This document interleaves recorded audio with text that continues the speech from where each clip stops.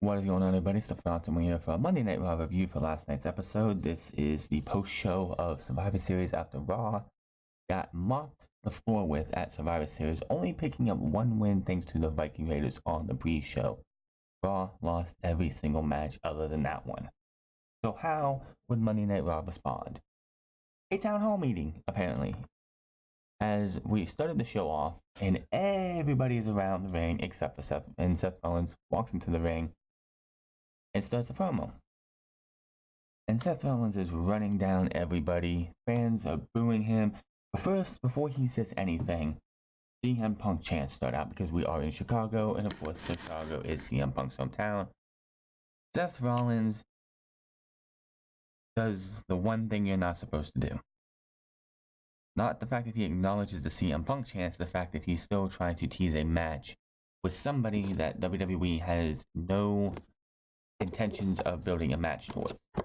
This would be like when Hulk Hogan came out in, I think it was 2005, and wanted a match against Stone Cold Steve Austin. Vince was not happy with that then because that match was never going to happen. Seth Rollins coming out here and saying, I tried to bring him here, but he just wants to sit in Los Angeles behind the desk and talk about change he's too afraid to make himself. Not a good idea. Vince, of course, would be furious about that because, again, Vince does not like advertising or teasing matches that he knows full well, or we know full well, will most likely never happen. So everybody's around the ring, from Charlotte to Ray to the Authors of Pain to every single body in the WWE for Monday Night Raw. And he just goes after Randy Orton, says he was the weak link on last night's Survivor Series team. Randy Orton just like, you know what? I don't need to listen to this, and just powders out and just leaves. Doesn't say a word, and is just out of here. Rollins talks trash and says, "Oh, I thought you were a leader, man. Go on, get out of here. We don't need you anyway." Then he goes over to Charlotte. Says she was supposed to be the leader of the women's division, but she wasn't even the last one standing for Raw last night. Are you even a Flair? And the look on Charlotte's face, like the disrespect Seth Rollins just gave her, was absolutely just awesome. She's like, you know what? I'm out of here. And she leaves. He turns to the Authors of Pain and says, you weren't even at Survivor Series, but maybe they should have been because they've been talking about violence for weeks, and Team Raw could have used it. He says, we didn't need you last time, we don't even need you tonight. So he tells them to get out of there, and they walk away. Then he goes to Rey Mysterio. Crowd is booing the holy hell out of this guy. And says, you, out of everyone, let every one of us down last night. This feels like this has got to be heel Seth Rollins. He actually went, I beat the Beast twice this year, and you couldn't even get the job done with your lead pipe and your stupid kid. That is heel Seth Rollins all the way right there. Ray's pissed and he walks off too. Fans are chanting asshole and says, well, I'm trying to do the right thing. And he's just trying to act like this big, huge, this locker room leader. He's trying to do the right thing. He's trying to rally the troops. Raw got their asses kicked last night. So he's trying to do everything he can to bring the morale up and bring everyone back up to speed. Everybody walks out except for Kevin Owens.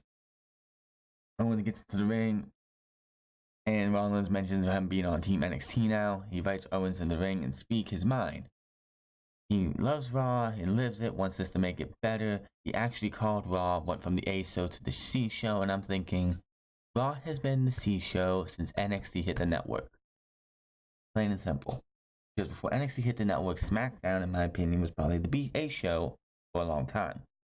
Then, of course, when 2016 hit, SmackDown became the B show compared to NXT. NXT has been the A show since 2014 at least. So it hasn't been like the Monday Night Raw has been the C show for years. Not just recently, it's been for years. He calls Owens a lazy piece of crap, and he just shows up. Owens will never be Seth Rollins. He says, "Oh, I didn't mean it like that, but I'm coming from a good place. This is the right thing to do." And Owens doesn't say a thing, kicks him in the gut, stunner, and that's it. And we go to commercial break. So Seth Rollins has got to be being a heel. He's got to be turning heel. Fans want it. The fans want it. The crowd in the Austin Arena definitely just eating up this stuff, booing him completely. He's getting the Roman Reigns treatment.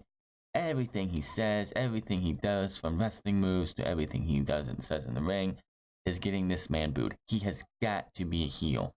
After last night, if this is not a heel turn, you're wasting our time.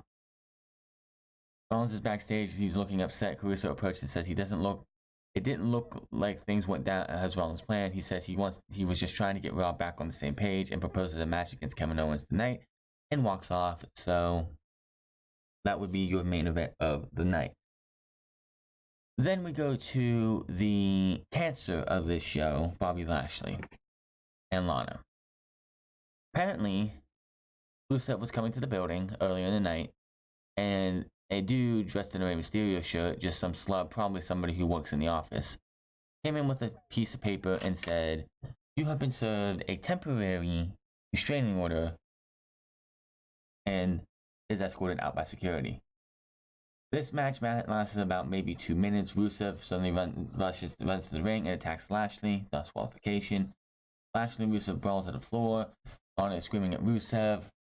Rusev gets the upper hand and sends Lashley into the barrier, then yells at him. Fans chant Rusev Day as the brawl ramps up.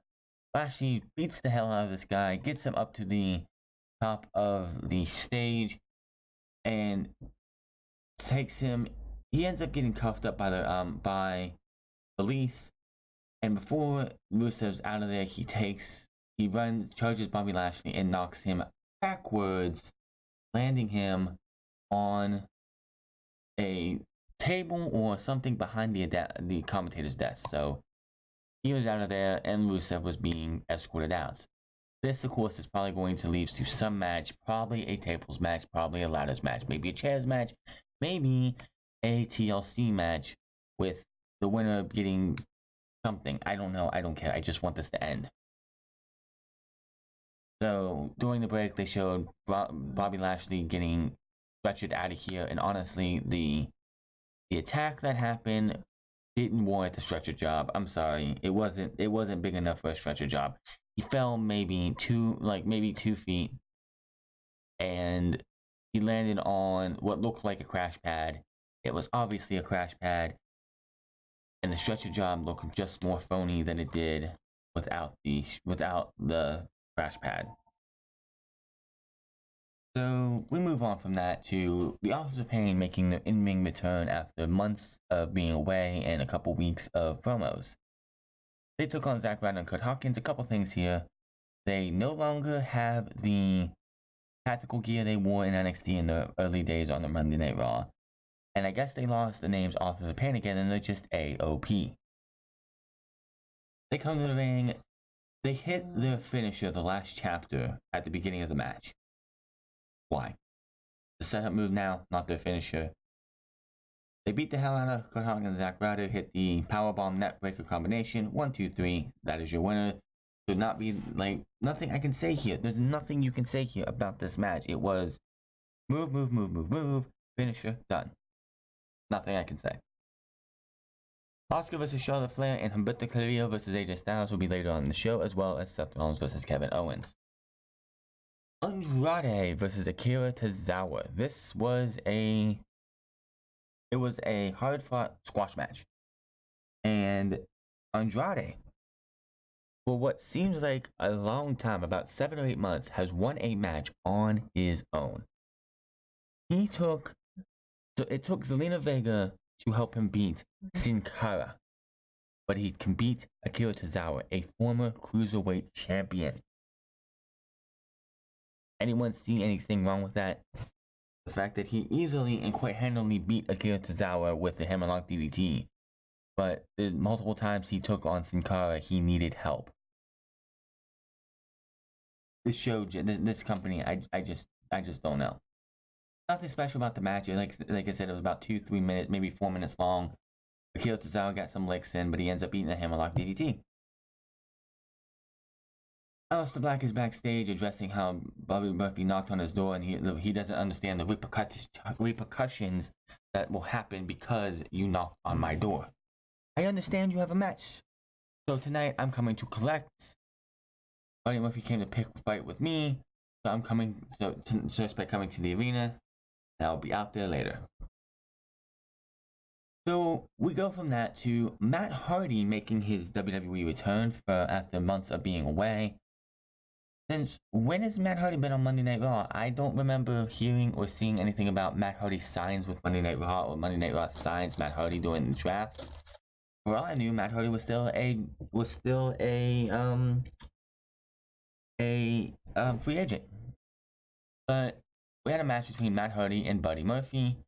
Great to see Matt Hardy back, but I wish we would see him in something other than being the Matt Hardy from the Attitude Era and the early 2000s, the nostalgic role that he is in right now.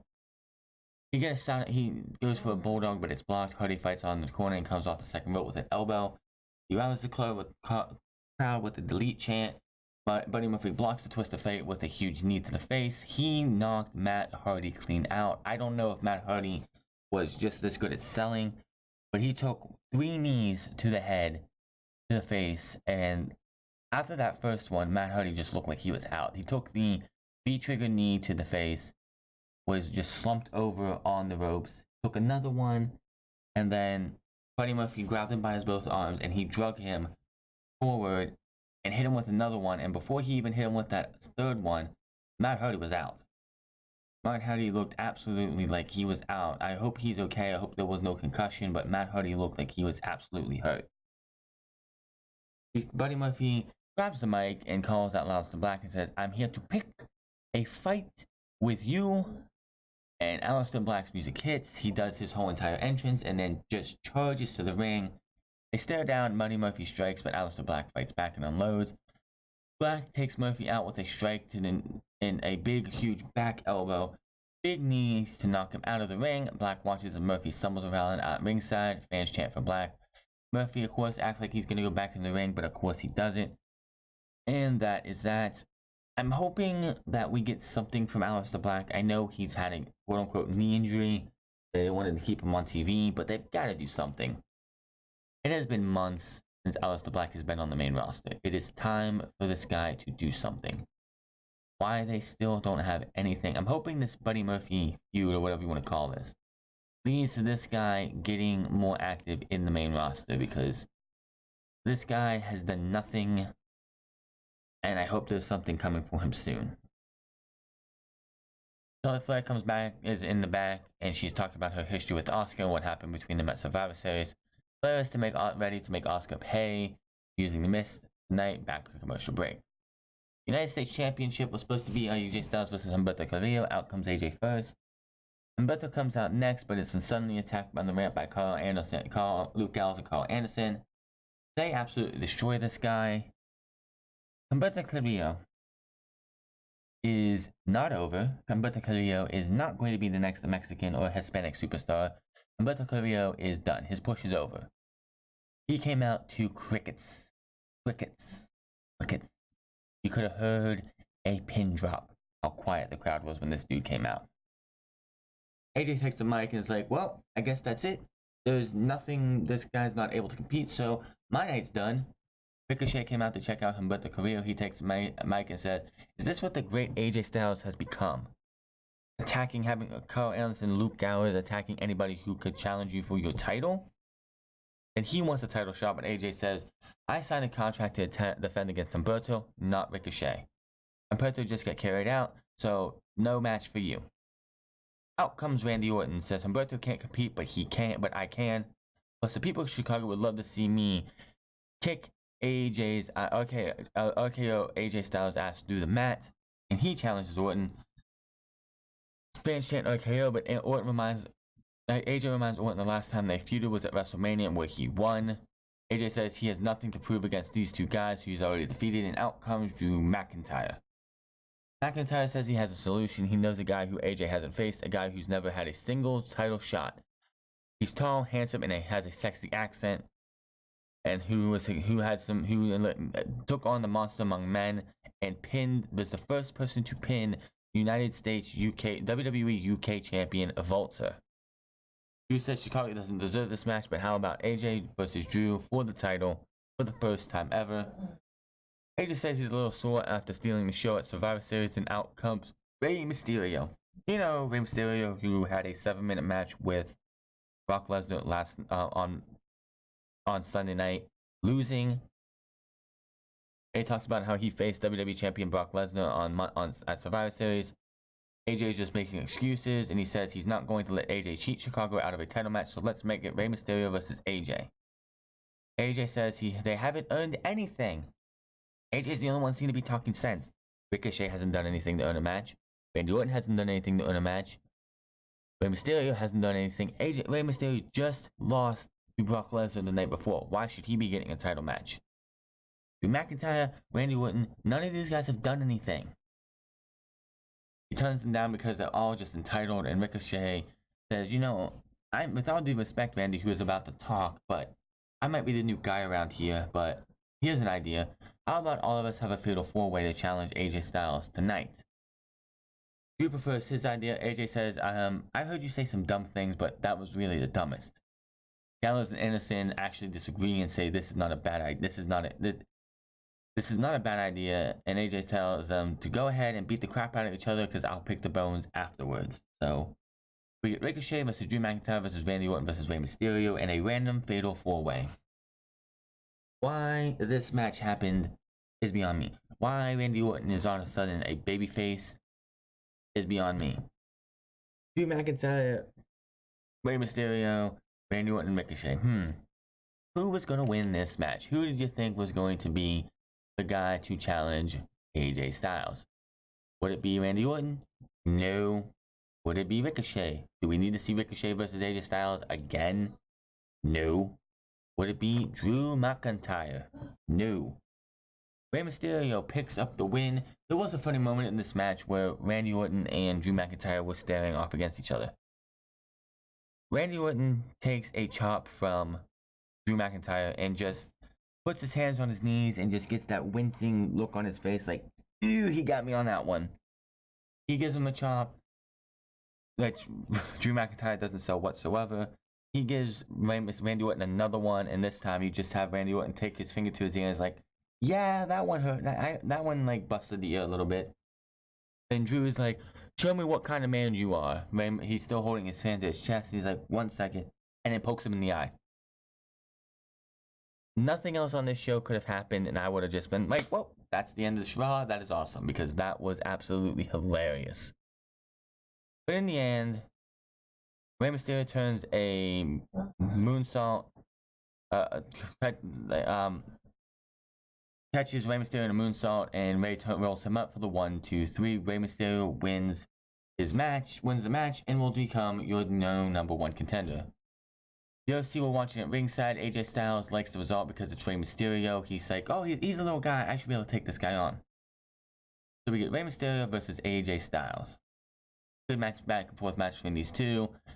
Rey Mysterio ends up so the referee's down, AJ Styles down. Gallows and Anderson both come in and start beating up on Rey Mysterio. Out of the other 3 guys who were in that match, who do you think would come down to help Rey Mysterio? Not Drew McIntyre, he's not, he's a heel.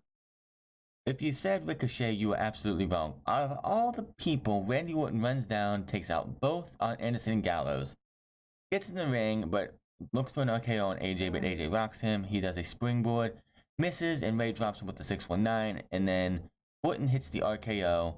Rey follows up with a frog splash, and 1, 2, 3, Rey Mysterio is your new United States champion.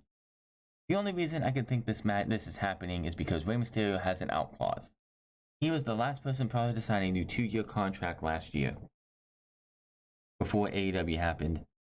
And in his contract, if he's not happy, he wants out at 18 months. He has an 18-month out clause. So, Rey Mysterio won the United States Championship for the simple fact is WWE does not want Rey Mysterio to use that out clause.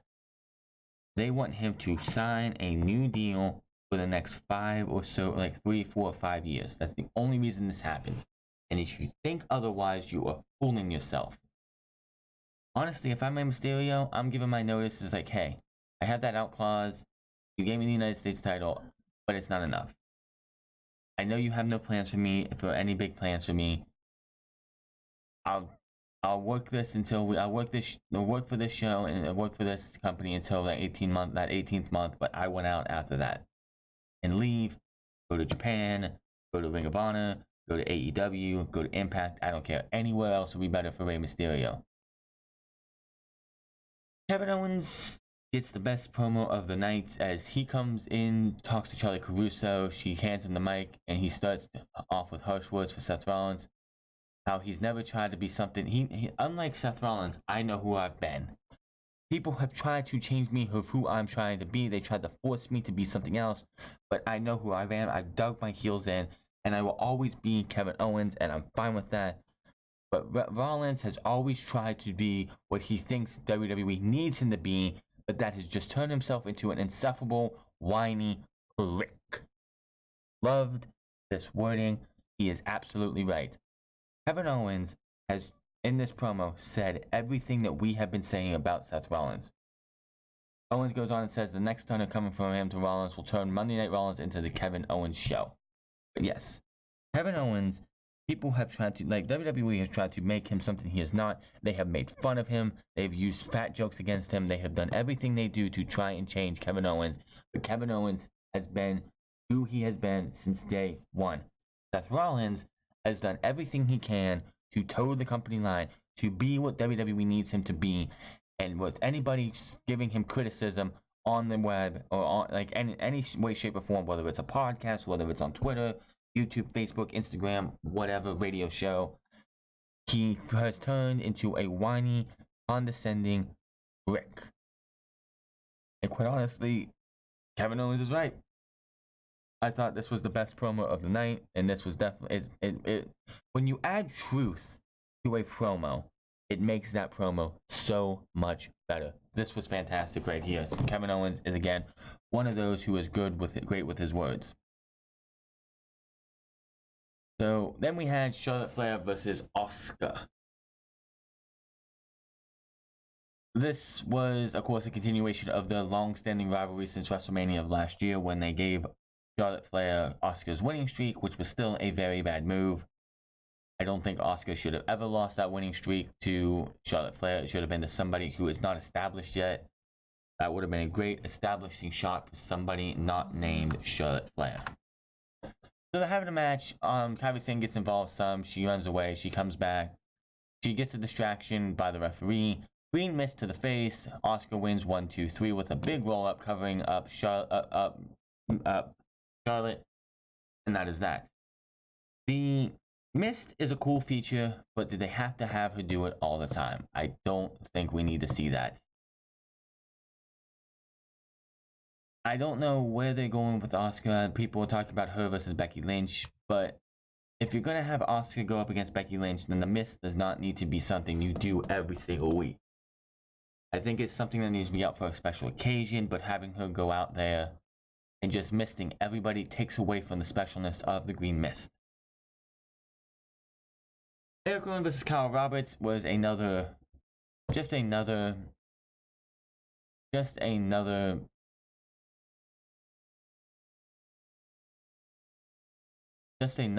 squash match, I guess. Kyle Roberts goes right to the floor to see what's in the cage.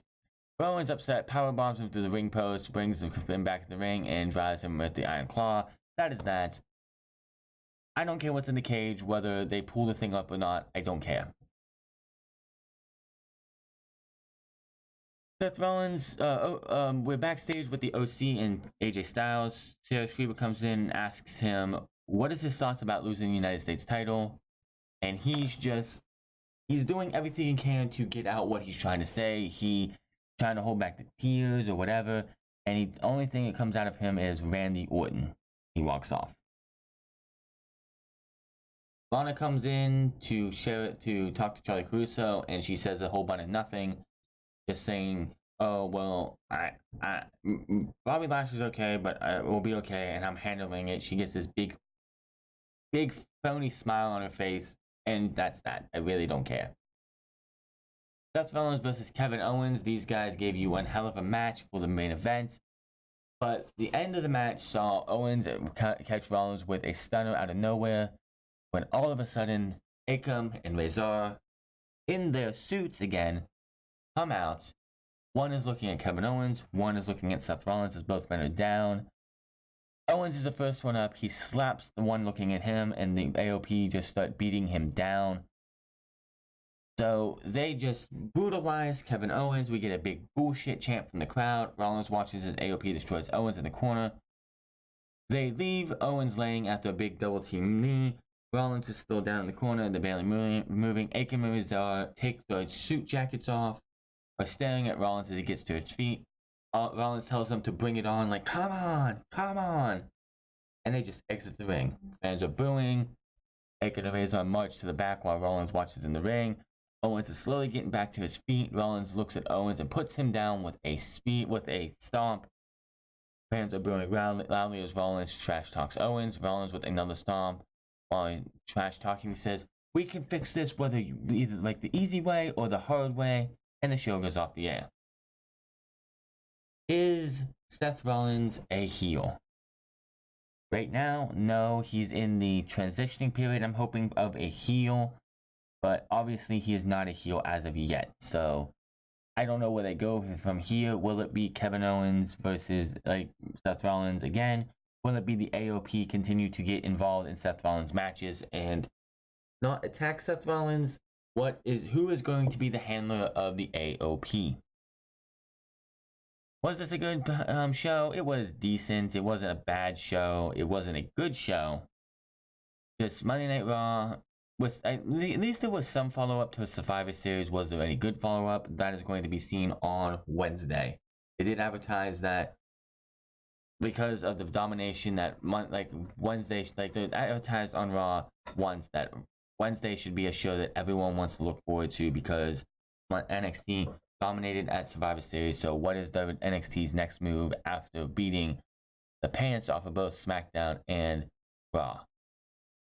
That is your NXT review. Your Monday Night Raw review for November 25th, 2019. Hit that subscribe button, comment down below, like or dislike this video. Find me on Twitter at The France Club. Find me on twitch.tv/The France Club. Go check out The France Plays where I'm working through the Destiny 2 Legacy Red War, the Legacy edition of Red War campaign. We are almost done with that. We still have about 10 more episodes to go. But we are heading through that. And I will be seeing you guys tomorrow for a special video on The Fiend, Bray Wyatt, and what my thoughts are on potential plans for this character and what might kill this Fiend once and for all. Until then, my name is France, and I'll see you guys later.